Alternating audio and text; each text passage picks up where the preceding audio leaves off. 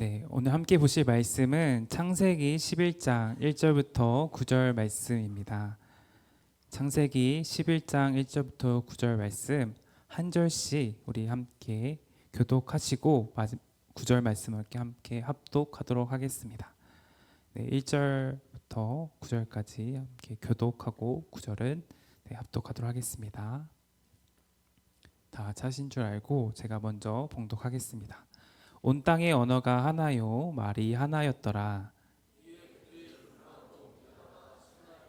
만나 거기 거류하며 서로 말하되 자 벽돌을 만들어 견고히 굽자 하고 이에 벽돌로 돌을 대신하며 역청으로 진흙을 대신하고 성읍과 탑을 건설하여 그 탑 꼭대기를 하늘에 닿게 하여 우리 이름을 내고 온 지면에 흩어짐을 면하자 하였더니 여호와께서 사람들이 건설하는 그 성읍과 탑을 보려고 내려오셨더라.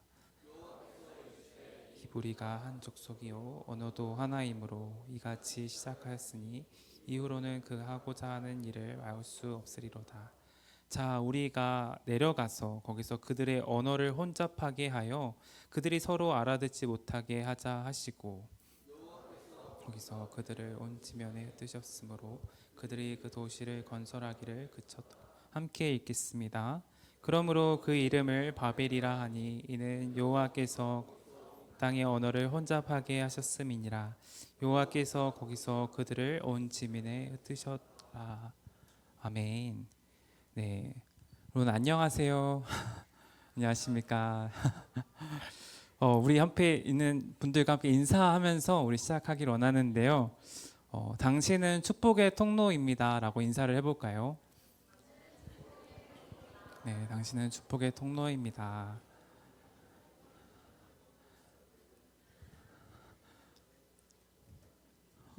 네, 이 자리가 오랜만이라 그런지 부끄럽네요.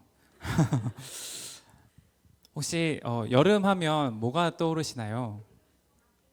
팥빙수, 맛있겠네요. 꼭 드시길 바라고요. 또 있나요? 폭염, 더위, 그쵸.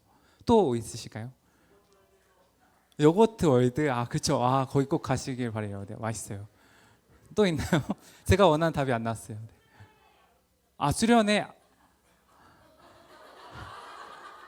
그거 굉장히 중요합니다, 여러분. 제가 생각한 답은 아니었는데요. 네, 수련회 맞아요. 여름하면 수련회죠, 여러분. 수련회 꼭 가야 됩니다, 여러분.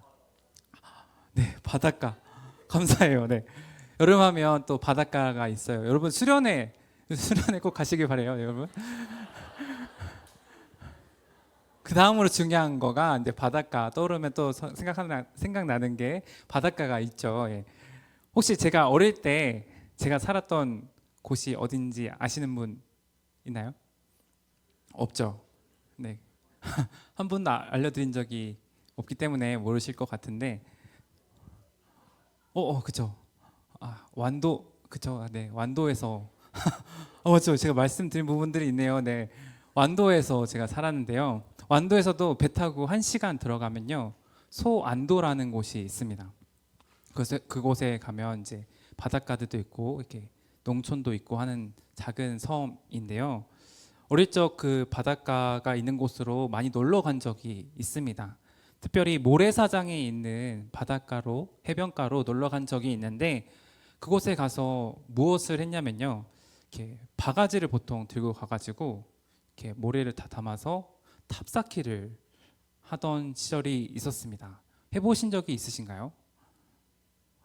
네. 네, 그런 좋은 추억도 있다라는 거.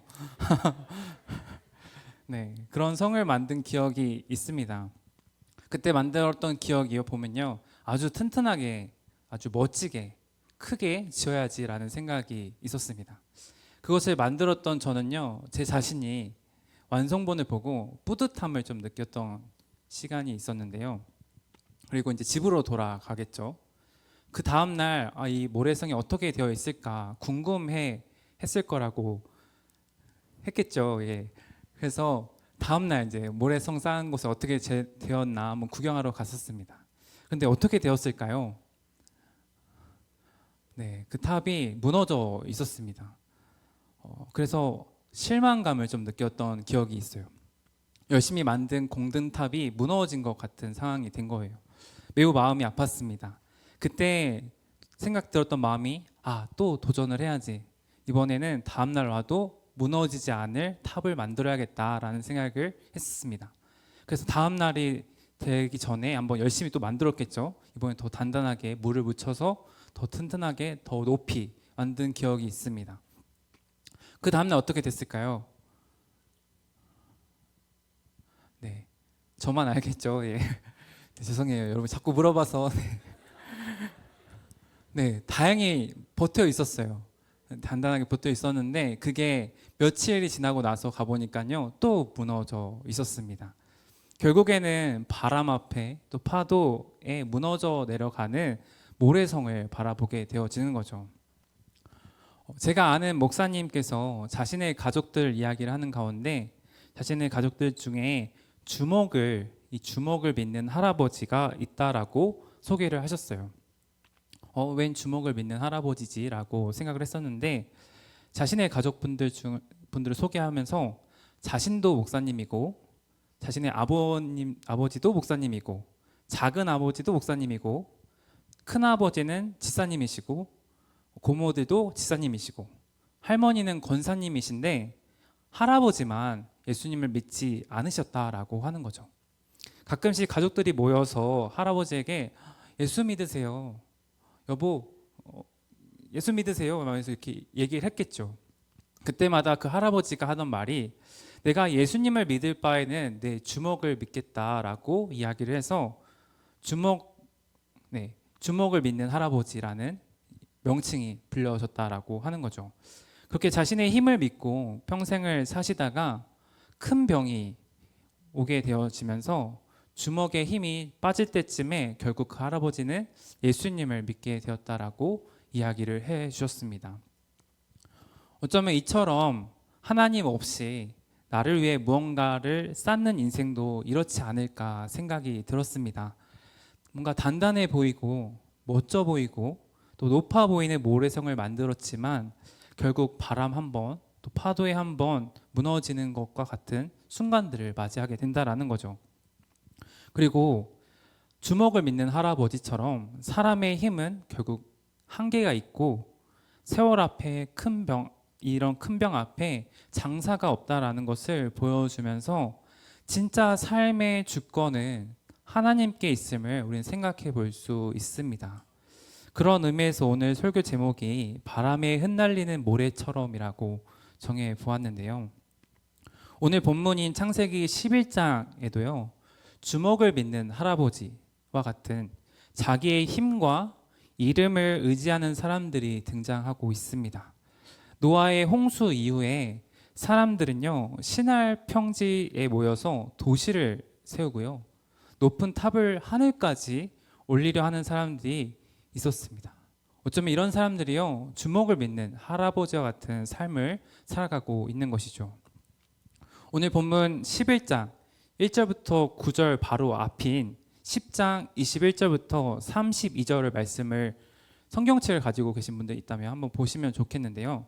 여기에 보면요 셈 자손의 족보가 등장을 하고 있습니다. 셈이 누구인지 아시나요? 네, 노아의 세 아들 중에 한 아들이죠. 셈, 함 그리고 야벳이 등장합니다. 그 셈 자손의 족보가 등장을 하고 있다라는 것이죠.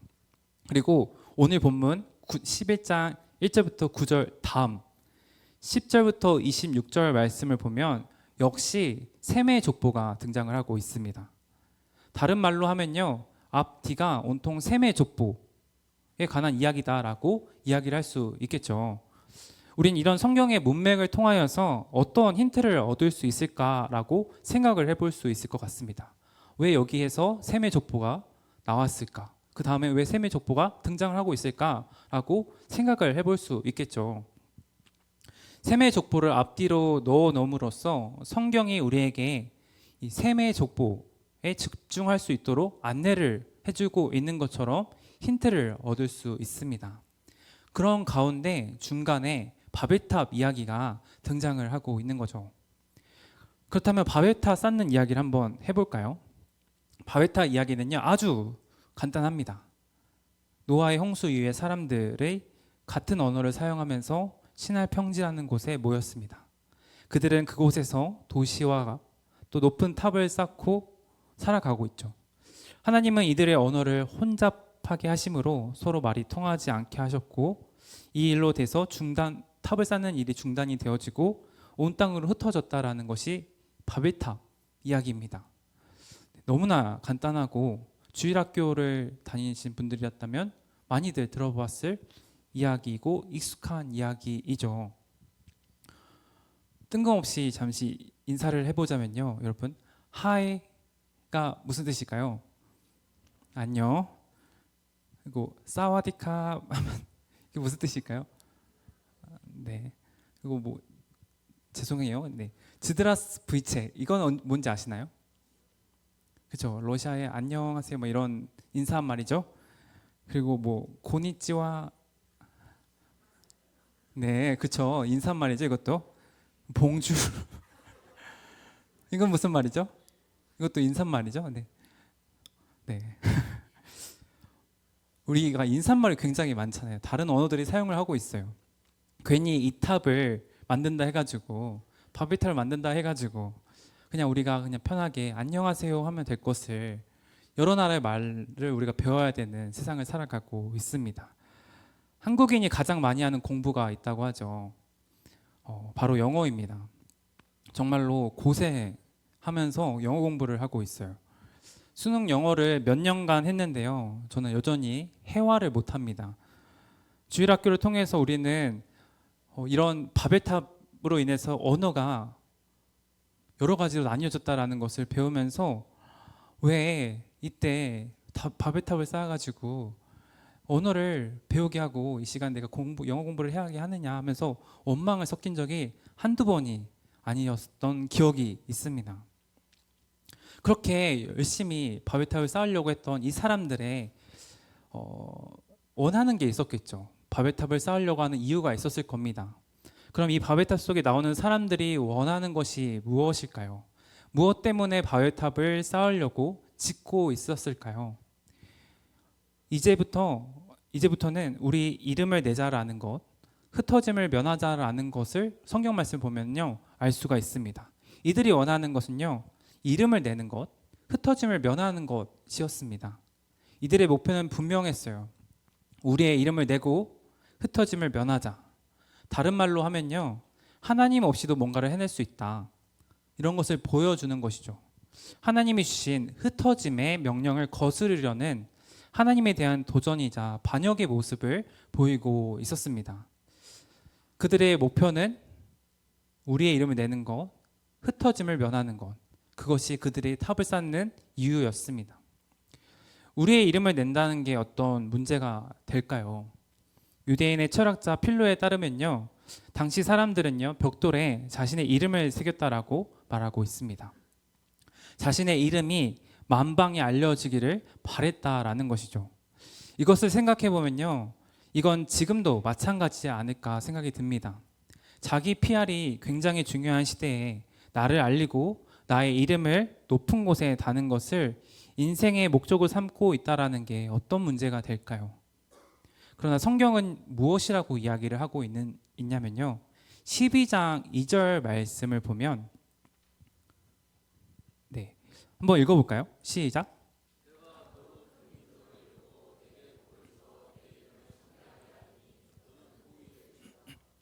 네, 내가 내게 복을 주어 내 이름을 창대하게 하리라라고 말씀하고 있습니다. 성경은요, 이름을 남기고 명예를 남기는 것은 우리의 몫이 아니라 하나님께서 주시는 것임을 이야기하고 있다라는 것입니다. 하나님께서 셈의 자손, 이 후손인 아브라함을 축복하실 때 내가 내게 복을 주어 내 이름을 창대하게 하신다라고 말씀을 하셨습니다. 또한 그들은요, 온 지면의 흩어짐을 면하고자 하였습니다. 그러나 하나님은요, 생육하라, 번성하여 땅에 충만하라, 온 세상에 확장하라는 창조 명령에 역행하는 행동을 보여주고 있습니다. 하나님은 아담뿐만 아니라 노아에게도요, 생육하고 번성하여 땅에 충만하라고 말씀을 하셨는데, 이들은 흩어짐을 면하자라고 하면서 하나님의 명령에 따르지 않고 있는 것이죠. 왜일까요? 왜 흩어져 번성하기를 원하고 있는 것일까요? 그건 온 땅에 하나님을 경외하는 사람들이 가득하여서 하나님의 통치가 이 땅에 충만한 하나님의 나라가 이루어지기를 원하시기 때문에 흩어져 번성하기를 원하셨던 것입니다.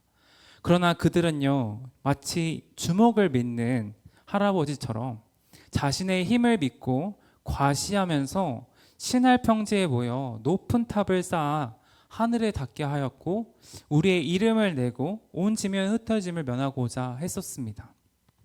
어쩌면 이들이 하늘에 닿는 탑을 쌓고자 하는 이유는요, 하나님의 심판에 대한 저항이 있었을지도 모릅니다.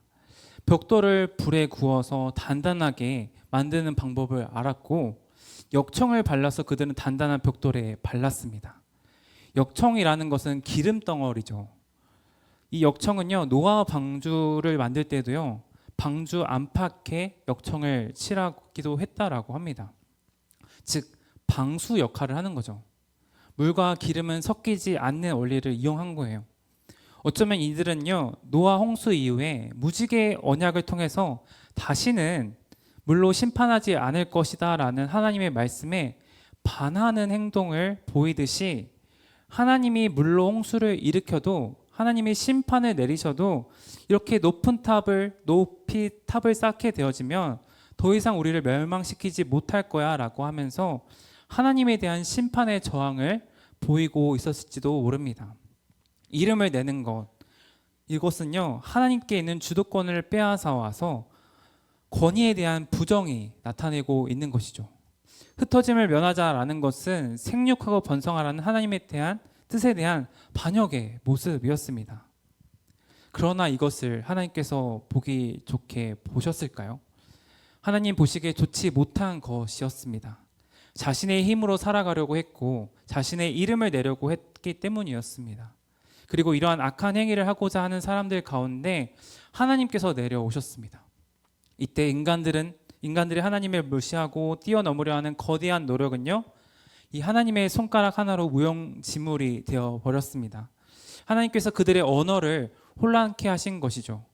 성을 쌓다가 말이 통하지 않게 되었고 그들은 그 이유 하나 때문에 모든 것을 중단하고 흩어질 수밖에 없었습니다. 높이려고 했던 이름은요, 땅에 떨어졌고요.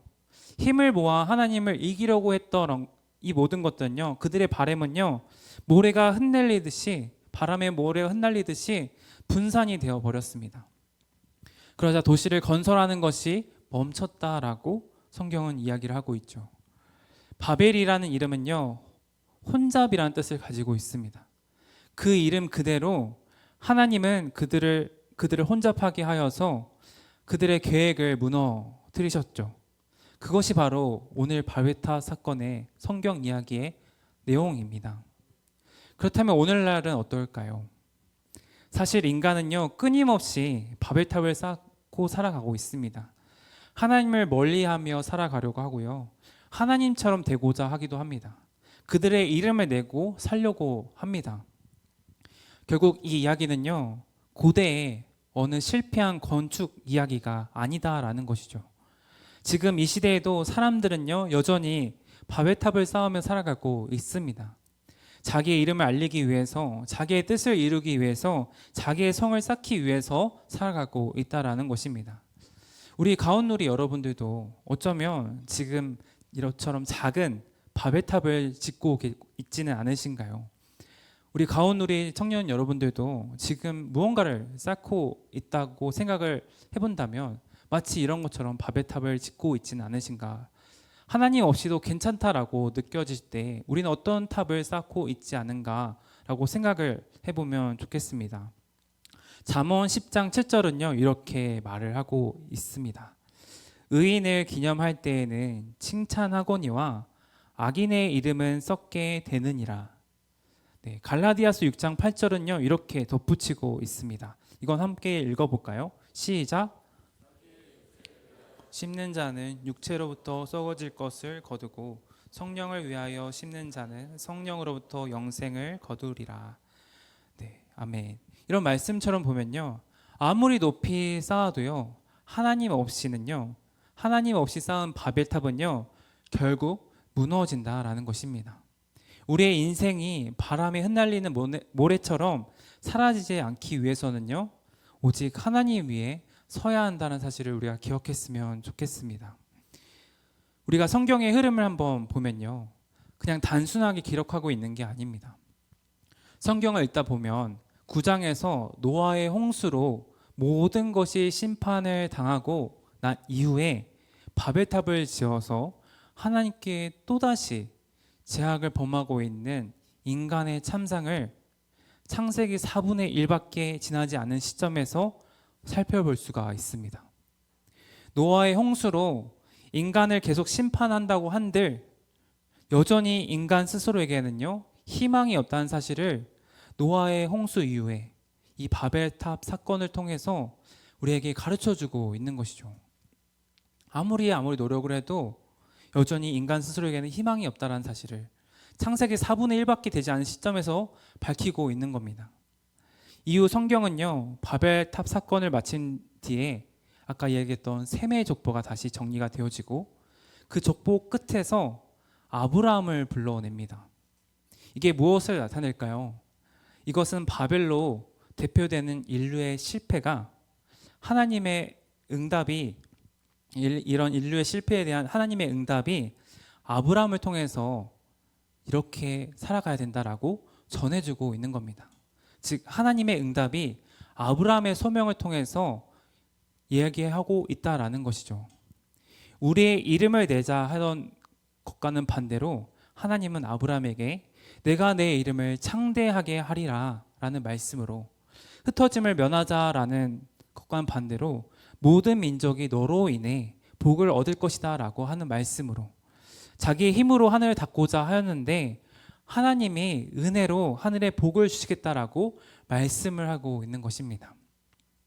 아브라함을 부르심으로 인간 자체에 어떤 소망이나 희망이 없다는 사실을 확인시켜 주는 것과 동시에 하나님 없이 이름을 높이려 했던 인간의 시도를 거두시고 하나님이 복 주시고 이름을 크게 하시는 진정한 회복해야 될 인생의 길이 무엇인지를 나타내 보여주고 계시다라는 것이죠. 바벨은요, 어쩌면 인간의 실패였으나 아브라함은 하나님의 구속의 계획의 시작이었으며, 바벨은 자기의 이름을 추구하였으나 아브라함은 하나님의 이름과 복을 나누는 도구가 되었습니다. 사랑하는 가온누리 청년 여러분들, 바람에 흩날리는 모래와 같은 인생을 우리가 멈추고요, 하나님의 약속 안에서 흔들리지 않는 인생의 기초를 다시 쌓기를 원합니다. 내 이름을 높이는 인생이 아니라 하나님께서 세우시는 복의 통로로서 아브라함의 삶을 오늘도 우리도 누리며 선택하기를 소망합니다. 그런데요, 문제가 있다면요, 그렇게 살아가기가 참 힘듭니다. 하나님의 중심의 삶이 옳은 줄 알지만 그렇게 살아가기가 어렵다라는 것이죠. 우리는 하나님의 중심으로 살아가야 한다라는 것 지식적으로 너무나 잘 압니다. 그러나 일상 속에서는요, 늘 내 이름을 내고 흩어짐을 면하고 싶은 유혹에 시달리며 살아가고 있는 게 우리의 연약한 모습입니다. 인정받고 싶고요, 실패하고 싶지 않습니다. 왜냐하면 내 계획이 무너지면 두렵기 때문입니다. 생각해보면요, 우리는 자꾸 탑을 쌓으며 살아가고 있습니다. 그리고 언제 쌓는지 생각해보면요, 내가 누구인지 불안하고 모호할 때 내 이름을 내고 흩어짐을 면하고 싶은 탑을 쌓는 모습들을 종종 보게 되어집니다. 그래서 이럴 때 필요한 게 있다고 한다면요, 단순한 윤리적 도전이 아니라 정체성 회복이 필요하다라고 생각합니다. 제가 올해 초에 고등부 수련회를 하면서 나눴던 말씀을 잠깐 나누면서 마무리 지으려고 하는데요. 마태복음에 보면요, 예수님이 공생의 사역을 시작하기 전에 요단강에서 세례 요한에게 세례를 받으신 적이 있습니다. 네, 있었어요, 여러분. 의심하는 눈빛과 아무 생각이 없는 눈빛과 네, 맞습니다 하는 눈빛은 이제 보이기 시작했습니다. 네, 다행이네요. 네. 예수님이 공생의 사역을 시작하기 전에 요단강에서 세례 요한에게 세례를 받으셨는데 그때 하늘에서 음성이 들려오죠. 이는 내 사랑하는 아들이요 내가 기뻐하는 자다 라는 하나님의 음성이 들려옵니다. 예수님은 세례를 받을 때 그 음성을 듣게 되었습니다. 여러분, 예수님은요, 이 상황은요, 아직 아무 사역도 하지 않은 상황입니다.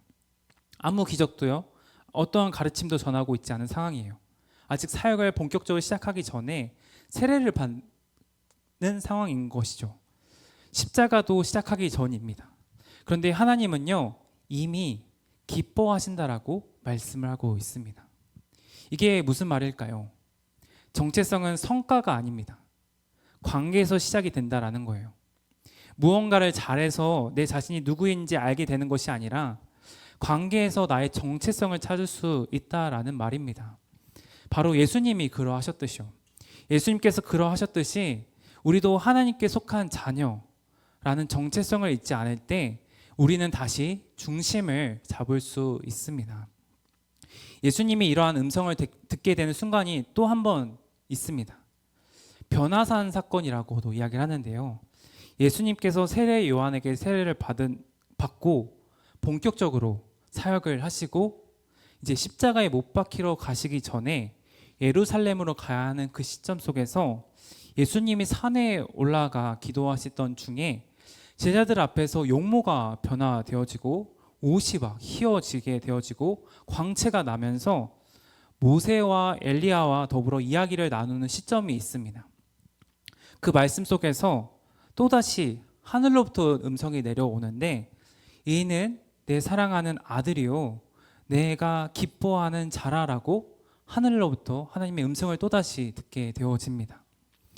예수님은요 자신의 정체성을 다시금 일깨우고 십자가에 못 박히시기 위해서 사람들의 조롱과 비난과 비방을 다 들으시며 십자가에 못 박히시는 그 가운데 자신의 소명을 이루어가고 있는 분이심을 우리는 알 수 있죠. 그것은 바로 하나님의 자녀임을, 내 사랑은 아들임을 하늘의 음성을 듣고 나의 정체성을 돌아보고 깨달았기 때문에 그가 가야 할 길이 바로 이것이구나. 내가 어떤 소리를 들어도 난 하나님의 자녀이구나. 하나님의 사람으로서 나는 이 소명을 이루어 가야 되는구나를 아셨기 때문에 그렇게 걸어가신 것이죠. 저는요 김의자 중자 이 애자 정자 김우중 이 애정의 아들입니다. 자녀는요 부모의 자녀로서 어떻게 살아가야 하는지 배웁니다. 그 배우는 과정은 의무가 아니라 관계에서 나오는 자연스러운 반응입니다. 부모가 아프면요 자녀는 의무라서가 아니라 걱정해서 돌보게 되어집니다. 자녀는 부모님이 나를 사랑하셨으니까 나도 사랑으로 반응해야겠다라는 것처럼 예수님은 아무 사역도 시작하기 전에 정체성을 확인하였고 그가 해야 할 일을 묵묵히 걸어가셨던 것처럼 우리의 정체성이 분명하다고 한다면요 하나님의 그 관계 안에서 내가 가져온 사명, 내가 가져가야 할 삶의 방향, 소명이 흘러나오게 되어진다라는 것입니다. 바벨은 하나님이 없이 이름을 높이려고 한 인간의 실패한 무대였습니다. 그러나 하나님은요 그 자리에 아브라함을 부르시고 그의 후손을 통해 예수 그리스도를 보내셨습니다. 예수님은 십자가에서 모든 교만과 죄를 대신 지시고 참된 연합과 이름의 회복을 이루셨어요. 바벨은 인간이 하늘에 닿고자 했지만 예수님은 하늘에서 내려오셨습니다. 바벨에서는 인간이 자기의 이름을 세우려고 했지만 예수님은 자신의 이름을 비우고 십자가에서 죽으셨습니다. 우리는 이 예수님 안에서 내 이름이 아니라 하나님의 이름으로 살아갈 수 있는 새로운 인생의 시작이 될 수 있다라는 것입니다. 말씀을 맺도록 하겠습니다. 실패하고 무너진 자리에서 내 이름이 아니라 하나님의 이름을 다시 붙들 수 있기를 원합니다. 그렇다면 내 계획이 무너졌을 때 그때가 끝이 아니라요 하나님의 개입이 시작되어지는 자리가 될 줄 믿습니다. 바벨탑이 무너지는 그 자리에서 아브라함의 부르심이 시작되었듯이 예수님의 안에서 나의 새로운 부르심이 시작이 될 수 있다라는 것입니다. 그렇게 더 이상 우리들은요, 내 탑을 쌓기보다 하나님이 말씀하시는 내 정체성 위에 삶을 세울 수 있게 되어집니다. 너는 내 사랑하는 자녀다. 나는 너를 기뻐한다. 이 하나님의 음성이 내 존재의 중심이 되어질 때 내 이름을 지키기 위한 불안한 탑짓기가 멈추게 되어지고요. 하나님의 뜻을 따라 살아가는 생육하고 번성하여 땅에 충만하여 지게 되어지는 은혜가 있을 줄 믿습니다. 소명은요, 성과로부터 오는 것이 아니라 관계로부터 흘러나온다는 것을, 내가 무엇을 잘해서 소명이 생기는 것이 아니라 하나님의 아들, 하나님의 딸, 하나님의 자녀는 세상 속에서 이렇게 살아가는 것입니다. 와 같은 소명을 깨닫게 하신다라는 것을, 하나님과의 자녀됨을 통해서 나의 삶의 방향이 세워지게 된다라는 것을 우리가 오늘 말씀을 통해서 다시금 돌아보았으면 좋겠습니다. 하나님의 자녀라는 정체성이 분명해질 때 우리는 이 땅의 소명도 자연스럽게 따라 흘러 넘치게 되어집니다. 그런데 중요한 건 우리가 그 소명을 어떻게 이해하고 살아내느냐입니다. 하나님과의 관계에서 온 소명은요, 나의 욕심을 이루는 수단이 아니라 하나님과 함께 걷는 목적이 되어야 합니다. 보통 수단은요, 이루면 끝이 납니다. 거기서 끝나겠죠. 다 끝났기 때문에. 하지만 목적이 되어진다면요, 삶의 태도와 방향이 중요해지게 됩니다. 목적은 단지 도달하는 것이 아니라 걸어가는 삶의 방식, 그 전체를 포함한 것이기 때문입니다. 하나님은 우리를 자녀로 부르시고 복의 통로로 부르셨습니다.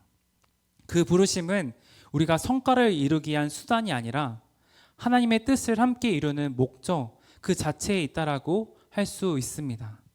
우리의 목적이 내 탑을 쌓는 수단으로 여기지 않기를 원합니다. 하나님을 사랑하고 그분의 뜻대로 살기 위함이 되기를 소망합니다. 수단의 중심의 삶의 효율을 묻지만요, 목적 중심의 삶은요, 의미와 신실함을 묻습니다. 이게 잘 될까 보다는 하나님이 기뻐하실까, 예수님이랑 어떻게 하실까와 같은 생각을 가지면서 살아가기를 소망합니다. 또한 사도행전 2장을 보면요, 바벨에서 흩어진 인류가요, 오순절 성령 강림할 때 하나님의 이름 아래 하나로 모이는 상징적인 요소들을 보이게 되어집니다. 바벨탑에서 하나님이 없이 하나가 되려고 했던 인류가 언어가 흩어지며 살아가게 되어지는데, 사도행전 2장에 보면요, 성령 안에서 흩어졌던 이 언어가 다시 하나가 되어서 복음을 전해지는 장면이 등장하게 되어집니다. 그날 각기 다른 언어로 복음을 듣는 놀라운 장면들이 보여지게 되어지죠. 바벨에서 무너졌던 하나가 되려던 인간의 시도가 성령 안에서 하나님의 중심의 연합으로 회복되어졌을 때 하나님의 복음의 역사가 이루어졌던 것처럼 우리가 스스로 해내고 우리의 이름으로 내려고 했던 모습들이 하나님 안에서 뭉쳐지고 하나님 안에서 회복이 되어지면요, 하나 개인이 아니라 우리 안에서, 공동체 안에서 올바르게 세워져가는 은혜가 있습니다. 하나님 중심으로 연합이 되었던 것은 우리를 공동체로 부르셨다라는 말이 된다라는 것입니다. 혼자 무너지지 않도록, 내 상처가 언어가 단절되지 않도록 우리를 복음 안에서 공동체로 부르신다라는 것이죠. 우리가 올 초에 목사님의 말씀을 통해서 들었던 것처럼 공동체가 주어지는 유익이 바로 이것이 아닐까 다시금 돌아보길 원합니다. 예수 안에서 나의 언어, 나의 상처, 나의 연약함까지도 복음을 통해서 살아나고 회복이 되어질 때 서로를 이해하고 품는 아름다운 공동체가 될 줄 믿습니다. 우리가 이런 마음으로 내 이름으로 살아가는 바벨탑, 흩어짐을 면하고자 했던 바벨탑이 예수 안에 세워지고 예수 안에서 회복이 되어짐으로 아름답게 하나님을 위해서 하나님과 함께 걸어가는 귀한 바벨탑이 아니라 하나님의 이름을 높이는 그런 탑을 쌓는 저와 여러분 되기를 소망합니다. 우리 함께 찬양하면서 나아가기를 원하는데요, 찬양하면서 또 기도하면서 나아가기를 원합니다. 날 사랑하는 이 라는 찬양의 고백을 통해서 날 사랑하시는 예수님이 나를 이 자리 가운데 불러주셨고 날 회복하게 하신다라는 믿음의 고백을 했으면 좋겠습니다.